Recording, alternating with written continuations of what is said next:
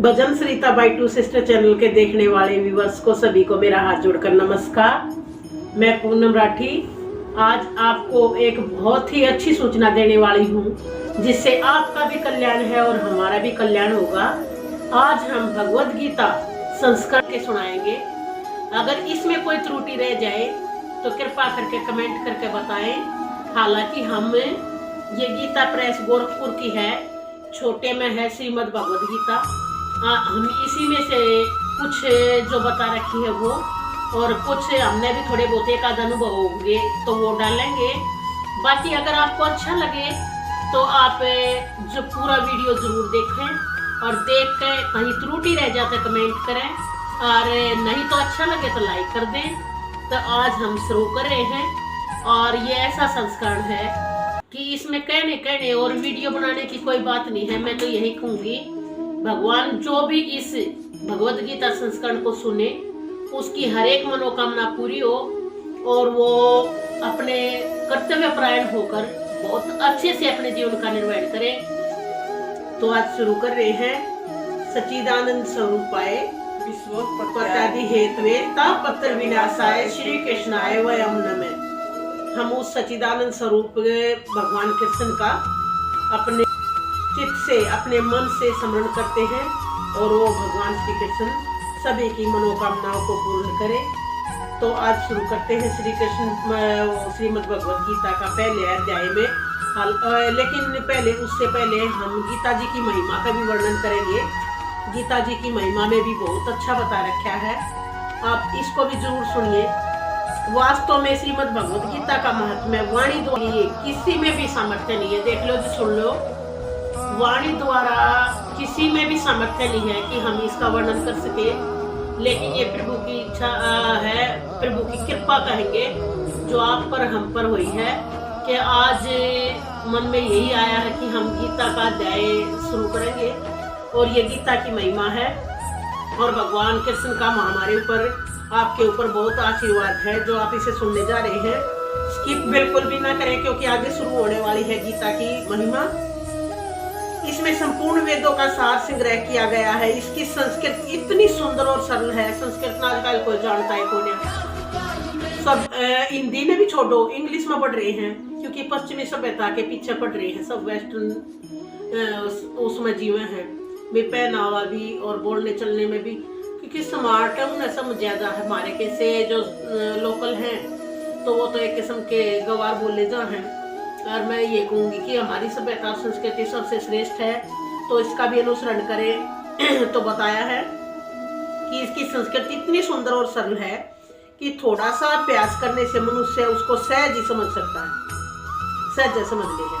परंतु इसका आशय इतना गंभीर है, इसका अर्थ बहुत गंभीर है। कितना मन करता चला जाओ जैसे गहरे समुद्र में बढ़ जाए। और बढ़ के सुनाएंगे हरि अनंत हरि कथा अनंता। तो इसका सार, हालांकि हम कोशिश बहुत करेंगे और अपने एक एक चीज खोल कर समझाने की कोशिश करेंगे। हमें इतना ज्ञान नहीं है, हम भी अज्ञानी हैं, पर फिर भी जो हम देखे हैं सुने हैं, और क्योंकि हमारे वेद शास्त्र तो झूठे हैं नहीं, जो ग्रहण किया है, जो अनुभव करे ग्रहण करने के जब राम के युग में भी जब विमान बना दिया था तो आज की साइंस तो पीछे नहीं था वो युग भी, तो वो उस युग की बातें भी झूठी नहीं है। आजकल के बच्चे अलग हैं, लेकिन वो मैंने पहले ही बताई वेस्टर्न संस्कृति में जीवन है। तो बताया है कि संस्कृत बहुत ही सरल है, उसको सब कोई समझ सकता है, परंतु इसका आशय इतना गंभीर है कि जीवन निरंतर अभ्यास करते रहने पर भी उसका अंत नहीं होता।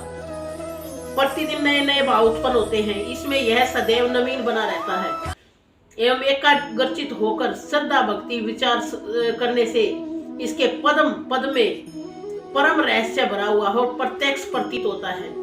भगवान के गुण पर भाव और मर्म का वर्णन जिस प्रकार गीता शास्त्र में लिखा वैसा अन्य ग्रंथों में मिलना कठिन है। यह गीता भी एक तरफ तो जब भगवान ने सभी देवी देवताओं ने पलड़े में रख दिए सारे ग्रंथ, वेद शास्त्र सब कुछ, और एक पलड़े में रखे गीता, भगवत गीता रखी, लेकिन भगवत गीता का ही पलड़ा नीचे रहा। सारे ग्रंथ शास्त्र एक तरफ और भगवत गीता एक तरफ। तो ये सारे संपूर्ण शास्त्र का सार है, निचोड़ है इसमें सारा। में कुछ न कुछ संसारिक विषय मिला रहता है। ये तो हमारे घर में भी हमारा बेटा भी कवे है, हालांकि चाहे उसने कम पढ़ा हो, लेकिन जो संक्षिप्त में गीता है वो सुना करे, तो वो भी बता है कि हमारे जीवन में आने वाली हर एक परेशानी का हल हमारी गीता में है, हर एक परेशानी का। लेकिन वही बात है, दृष्टि होनी चाहिए देखने के लिए। हर एक परेशानी का हल है। हम गीता सुनेंगे या पढ़ेंगे, एक बार नहीं वो जीवन में उतरेगी तो हम उसके अनुसरण करेंगे, उसी को आचरण में लाओगे। हरि अनंत हरि हो जाए, करत करत अभ्यास के जरमती होत सुजान, जाते सिर पर पड़त निशान। अभ्यास के करने से तो बार बार अभ्यास करने से तो आदमी की उसमें नेचर में आई जाए वो चीजें। जिस तरीके कुएं में रस्सी बार बार कुएं पानी खींचते ही रस्सी पत्थर पे उसकी जो लगा रखी उसकी रगड़ लगा हुआ है, उसका सर्कल वो है, उसमें बार बार जब रस्सी आवा जावा है तो वो सिल पे भी निशान करते हैं। वो अभ्यास का एक नमूना है। तो उन्होंने बताया है, भगवान ने श्रीमद् भगवद गीता रूप एक ऐसा अनुपमेय शास्त्र कहा है जिसमें एक शब्द भी सह उपदेश से खाली नहीं है। इसमें आप वीडियो को 1 मिनट के लिए भी स्किप मत करना, क्योंकि कहीं ना कहीं सिर्फ 15-20 मिनट की वीडियो बनाया करेंगे और बहुत ही अच्छा ये संस्करण है, क्योंकि हमने पहले भी पढ़ रखी है, 2-3 में पढ़ रखी है। कहीं ना कहीं देखो इतनी बड़ी गीता है तो वो सारी तो ध्यान नहीं रहती, पर कहीं ना कहीं हमने ये अपने जीवन में 100% नहीं तो 50% हमने उतार भी रखी है। और हम तो यही कहेंगे कि अपने जीवन में उतारो और इसका रिजल्ट पाओ। तो एक शब्द भी सह उपदेश से खाली नहीं है, यानी कि अच्छे उपदेश है इसमें। और गीता जी का वर्णन करने के उपरांत कहा है, क्या कहा है, गीता सुगीता कर्तव्या किन्मय शास्त्र विस्तरी या स्वयं पदम नावश्य है मुख पद्माग्नि ही श्रुता। इसका अर्थ क्या हुआ ये भी सुन लीजिए। गीता सुगीता करने योग्य है, अर्थात गीता जी को भली प्रकार पढ़कर अर्थ और भाव सहित अंतकरण में धारण कर लेना मनुष्य का मुख्य कर्तव्य है। तो धारण करना ये कर्तव्य है हमारा, ये कोई फोर्स नहीं है, ये हमारा एक कर्तव्य बना है। पढ़ कर इस कांत सुनकर इस कांत निकालने का नहीं बताया, इसमें बताया कि इसको धारण करो, उसको ग्रहण करो, उसको आचरण में लाओ इन चीजों को पढ़कर, जो कि स्वयं पद्मनाभ भगवान विष्णु के मुखारविंद से निकली है। जो भगवान विष्णु के मुखारविंद से निकली, मुख से निकली है, जो भगवान विष्णु ने खुद अपने मुंह से कह रखी है, ये वो ग्रंथ है। अन्य शास्त्रों के विस्तार से क्या प्रयोजन। स्वयं भगवान कृष्ण ने भी इसका महात्म्य का वर्णन किया है। इस गीता शास्त्र में मनुष्य का अधिकार है, चाहे वह किसी भी वर्ण आश्रम में स्थित हो, परंतु भगवान में श्रद्धालु और भक्ति युक्त होना आवश्यक है, क्योंकि भगवान ने अपने भक्तों में ही इसका प्रचार करने के लिए आज्ञा दी है।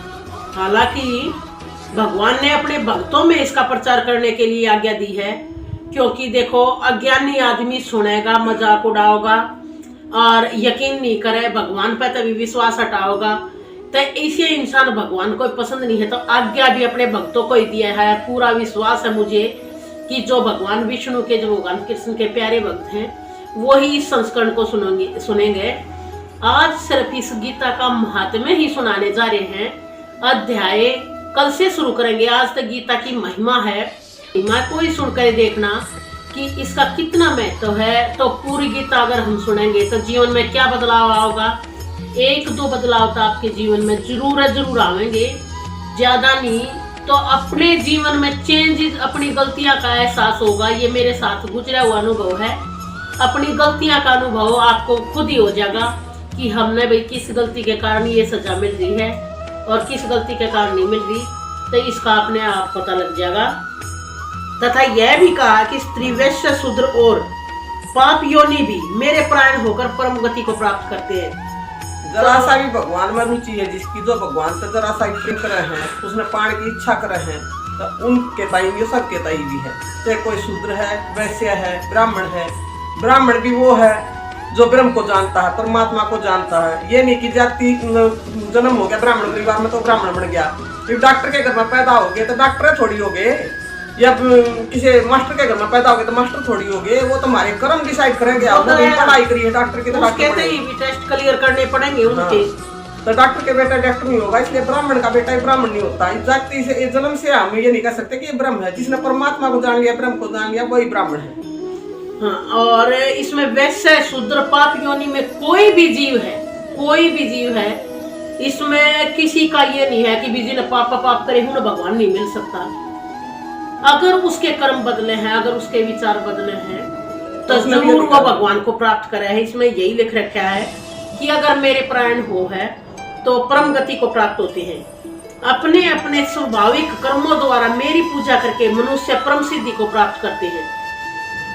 यानी कि जैसे मेरा स्वभाव है जैसा, हालांकि हम बहुत बदलने की कोशिश कर रहे हैं, अपने अपने स्वभाव कर्मों द्वारा मेरी पूजा करके, चाहे मेरा सरल स्वभाव चाहे मेरा कठिन है, उसी स्वभाव के द्वारा अगर हम भगवान की पूजा कर रहे हैं तो भगवान उसी से प्रसन्न हो हैं।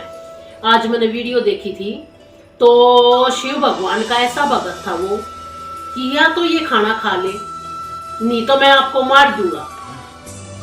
तो हालांकि उनका स्वभाव इतना कठोर है, लेकिन उसका भाव इतना भक्ति का है कि वो भगवान को खाना खिलाना चाहते हैं।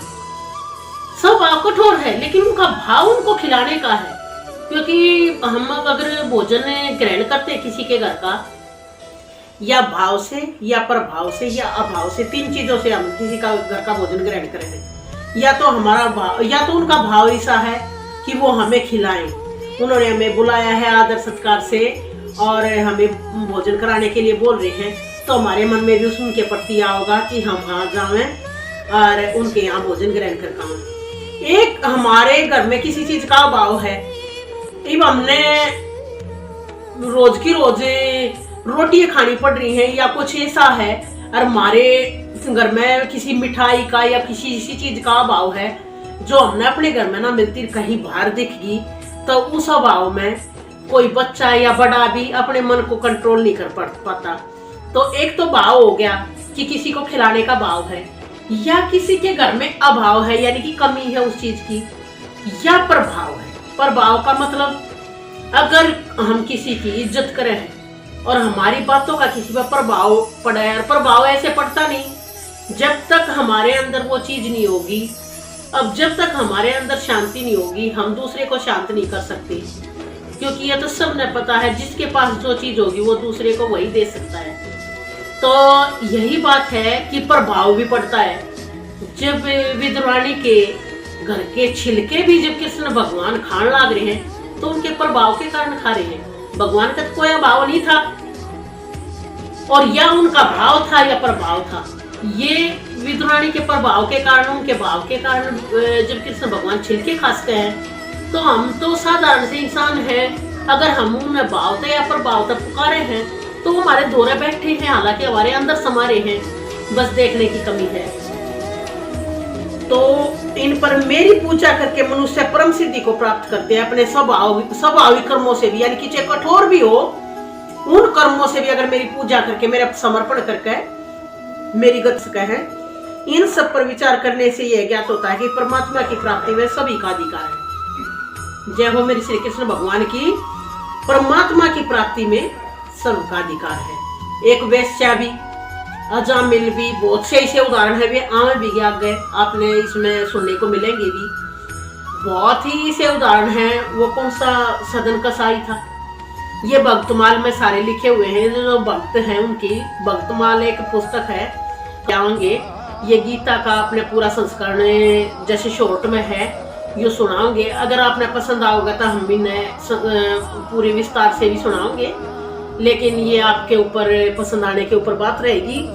परंतु उक्त विषय में मर्म को न समझने के कारण मनुष्य से बहुत, जिन्होंने श्री गीता का नाम मात्र केवल सुना ही है, कह दिया करते हैं कि गीता तो केवल सन्यासियों के लिए है। ये इस बात का मैं पूरा अपने डिटेल करके सुनाऊंगी, जिसका मेरा ज्ञान है, क्योंकि मन ने या दिल ने छूने वाली बात लगी। वे अपने बालकों को भी इसी भय से गीता जी का अभ्यास नहीं कराते कि गीता के ज्ञान से कदाचित तो लड़का घर छोड़कर सन्यासी ना हो जाए। देखो सुनो जी, पहले कह दिया करते कि भाई जो सन्यासी हैं उन वे काम कर रहे हैं, ये पूजा पाठ का काम उनका ही है, हमारी दिशा का ना गृहस्थिया का ना है। लेकिन इसमें गीता में साफ साफ बता दिया कि पहले आप अपने बच्चा ने भी ये नहीं बता करते गीता के बारे में, कदे घर छोड़कर चले जाए, ये भी बाबा बन जा, गुरु बन जा। तो आजकल ये इन चीज़ों से दूर हटकर है भगवान ने यह बात बताई है कि गृहस्थी के लिए भी है और सन्यासियों के लिए भी है और सभी बच्चों के लिए भी है, बूढ़ों के लिए भी है। उक्त विषय के मर्म को न समझने के कारण, गीता के ज्ञान को न समझने के कारण जो अज्ञानी हैं वे अपने बच्चों को भी गीता का पाठ नहीं करने देते कि कभी बच्चा सन्यासी हो जाए, क्योंकि ये तो सन्यासियां कहता ही है। ये किसने बता दी?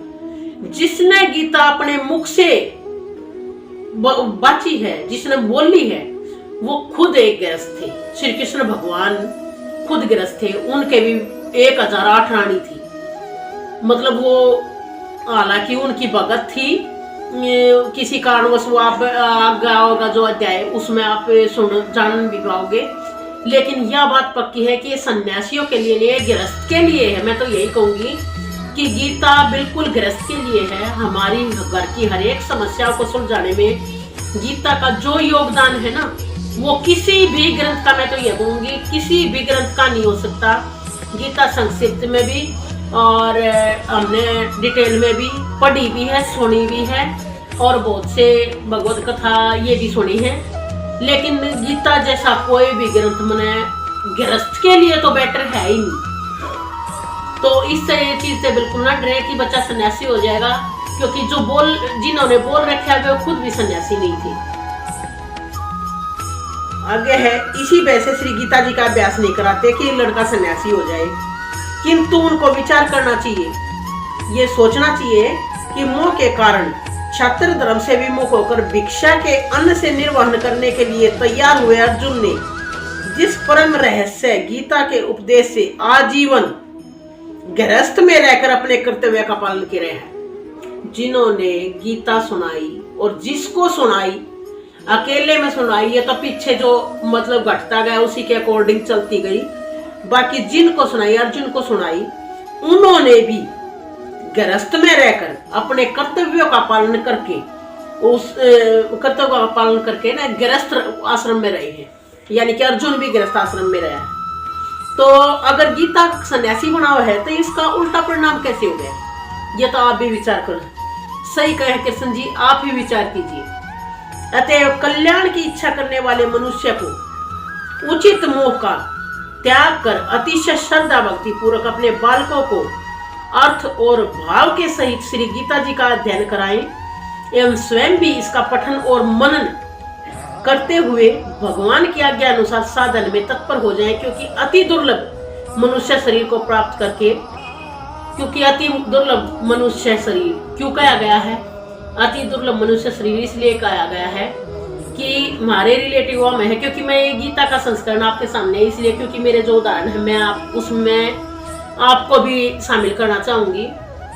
मेरी रिलेटिव हैं, भाभी लगती हैं, और उनके किडनी खराब हो रही है, तो वो किडनी के लिए 50 लाख 60 लाख 70 लाख सब कुछ देने के लिए तैयार है, लेकिन किडनी नहीं मिल रही बेचारी को किसी की। तो एक किडनी जब हमारा शरीर के अंदर 60 लाख की है, तो ये शरीर कितने करोड़ का बना रखा है भगवान ने, जिसकी हम कदर खो रहे हैं। तो इस बात पर भी विचार कीजिए, विचार करने योग्य है। अब ये शरीर इतना कीमती है, अनमोल शरीर है, तो इसमें यही बताया है कि दुर्लभ मनुष्य शरीर को प्राप्त होकर हमने ये दुर्लभ मनुष्य का शरीर प्राप्त कर रखा है, और अपने समय का अमूल्य समय का एक क्षण भी, हाँ ये समय हमने नहीं मिला है, आज भी निकल गया, कल भी निकल गया, परसों भी निकल गया, बर्थडे मना लिया, 10 साल के हो गए, 11 साल के हो गए, वो खुशी का पल तो मान लो हर जगह खुशी ढूंढे हैं, लेकिन हमने ये भी याद रखना चाहिए कि हमें आगे नहीं, हम पीछे जाने लग रहे हैं, हमारे 10 साल पीछे जा चुके हैं, यानी कि हम 10 साल ओल्ड हो चुके हैं। तो इसमें बताया है समय का भी मैं तो बता दिया कि एक तो अमूल्य शरीर, ऊपर से इतना अनमोल समय के एक क्षण भी दुख मूल क्षण भंगुर भोगों के अनेक काम क्षण भंगुर है, जो हमारी इस मतलब क्या भौतिक संसार में है, वो हर एक काम क्षण भंगुर है। और उस क्षणभंगुर काम में हम अपने अनमोल शरीर और अनमोल समय को नष्ट न करके और भगवत गीता का सुनाना और करना, पढ़ना और सुनना जरूर चाहिए। ये है भगवत गीता का महत्व। आज बताया है भगवत गीता का महात्म्य। और सच्चिदानंद स्वरूपाय विश्व प्रत्यादि हेतवे तापत्र विनाशाय श्री कृष्णाय वयम नमः। जय श्री कृष्ण।